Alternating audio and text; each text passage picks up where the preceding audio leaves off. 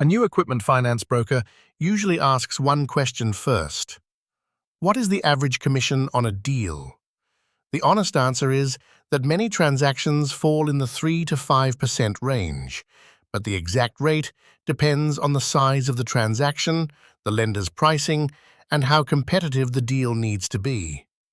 Let's walk through a simple example so you can see how the math works. Imagine an equipment finance transaction with $100,000 funded. At 3%, the gross commission would be $3,000. At 4%, it would be $4,000. At 5%, it would be $5,000.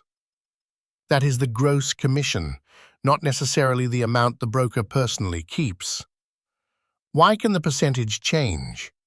Smaller transactions may require similar amounts of work as larger deals, so the pricing structure may be different. A larger transaction may have more room for competitive pricing, but the lender may also offer a different commission structure.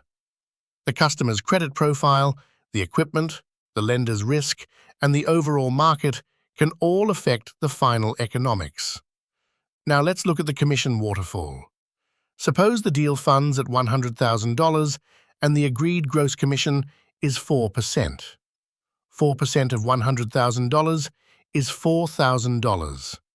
If the broker works through a brokerage or platform that keeps a 50% split, the broker's share would be $2,000 before direct expenses and taxes.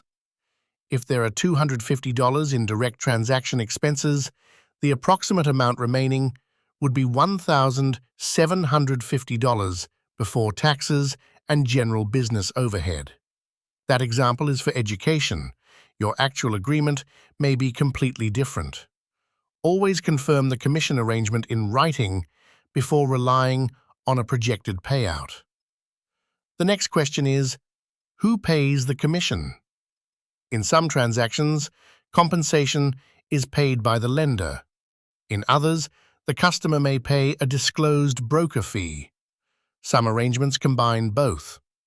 The answer depends on the agreement, the transaction structure, and the requirements that apply to your business. New brokers also need to understand that approval is not the same as getting paid. A deal may move through application, approval, documentation, equipment delivery, and funding. The commission is often tied to funding, so a deal that is approved but never closes may not produce a payout. Before submitting a transaction, ask these questions. What is the exact commission basis? Is the percentage calculated on approved volume or funded volume? Who pays the compensation? When is payment released? Is there a broker or platform split? Are there chargebacks if a transaction cancels or pays off early? And what disclosures or compliance requirements apply? The most important lesson is simple. Do not build your business plan around the gross percentage alone.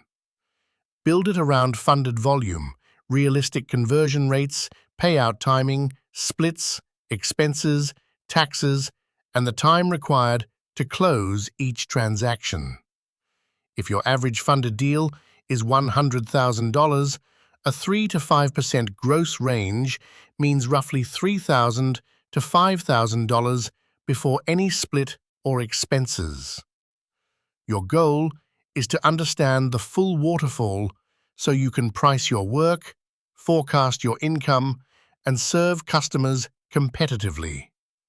For more practical equipment finance broker training, subscribe to Equipment Finance Academy and visit equipmentfinanceacademy.com. The link is in the description and pinned comment. Remember, the percentage is only the beginning. The real question is what remains after the deal is funded and every part of the arrangement is accounted for.